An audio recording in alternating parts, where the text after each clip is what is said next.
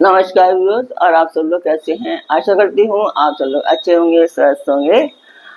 आज मेरा श्रीमद् भागवत का गीता का पाठ अवश्य देखते होंगे। तो आइए शुरू करते हैं हम आज का पाठ। इष्टान भोगान ही वह देवः दास्यन्ते यज्ञ भाविताः ते दत्तान अप्रदाय एवं य मुनन्ते स्तेनः एव सह। यज्ञ के द्वारा बढ़ाए हुए देवता तुम लोगों को बिना मांगे ही इच्छित भोग निश्चय ही देते रहेंगे। इस प्रकार उन देवताओं के द्वारा दिए गए भोगों को जो पुरुष उनको बिना दिए स्वयं भोगता है वह चोर ही है। तुम लोग अपने कर्तव्य का पालन करते रहना चाहिए। तुम लोगों से यज्ञ के द्वारा बढ़ाए हुए देवता लोग तुमको सदा सर्वदा सुख भोग और जीवन निर्वाह के लिए आवश्यक पदार्थ देते रहेंगे, इसमें संदेह नहीं है। तो ब्रह्मा जी कह रहे हैं कि आपको देवता जो है वो आपके मन की चीजें देते रहेंगे, सुख भोग और जीवन निर्वाह के लिए आवश्यक पदार्थ आपको देते रहेंगे, इसमें कोई संदेह नहीं करना चाहिए, क्योंकि वे लोग अपना कर्तव्य पालन करने के लिए बाध्य हैं। और उनको बाध्य किसने किया? ब्रह्मा जी ने। तो इस प्रकार ब्रह्मा जी के उद्देश्य अनुसार वे देवता लोग सृष्टि के आदिकाल से मनुष्यों को सुख पहुंचाने के लिए, उनकी आवश्यकताओं को पूर्ण करने के निमित्त पशु पक्षी औषध वृक्ष तृण आदि के सहित सबकी पुष्टि कर रहे हैं, और अन्न जल पुष्प फल धातु आदि मनुष्योपयोगी समस्त वस्तुएं मनुष्य को दे रहे हैं। जो मनुष्य के लिए उपयोगी वस्तुएं हैं सब वो मनुष्य को दे रहे हैं।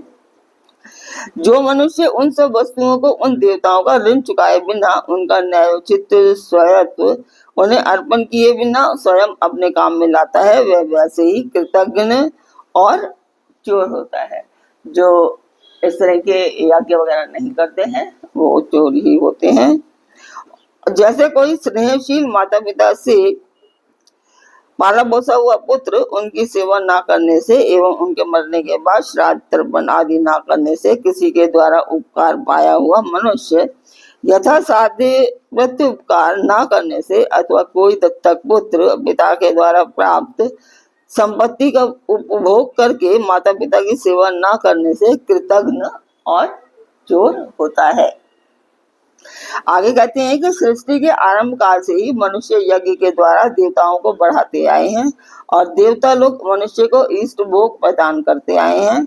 यह परंपरा सृष्टि के आरंभ से चली आई है। इस परंपरागत आदान प्रदान में जिस मनुष्य ने पहले यज्ञ आदि के द्वारा देवताओं को बढ़ाया है, और जो यज्ञ बढ़ा रहे हैं वे तो चोर नहीं है, परंतु दूसरे मनुष्य के द्वारा बढ़ाए हुए देवताओं से इष्ट भोग प्राप्त करके जो उनके लिए यज्ञ आदि नहीं करता उसको चोर बतलाना तो उचित ही है। जैसे किसी दूसरे मनुष्य के द्वारा पुष्ट की गई गौ का दूध यदि कोई दूसरा ही मनुष्य यह कहकर पीता है कि गौ की सेवा मनुष्य ही करते हैं और मैं भी मनुष्य हूँ, तो वह चोर समझा जाता है। वैसे ही दूसरे मनुष्य के द्वारा बढ़ाए हुए देवताओं से भोग प्राप्त करके उनको बिना दिए भोगने वाला मनुष्य भी चोर ही होता है।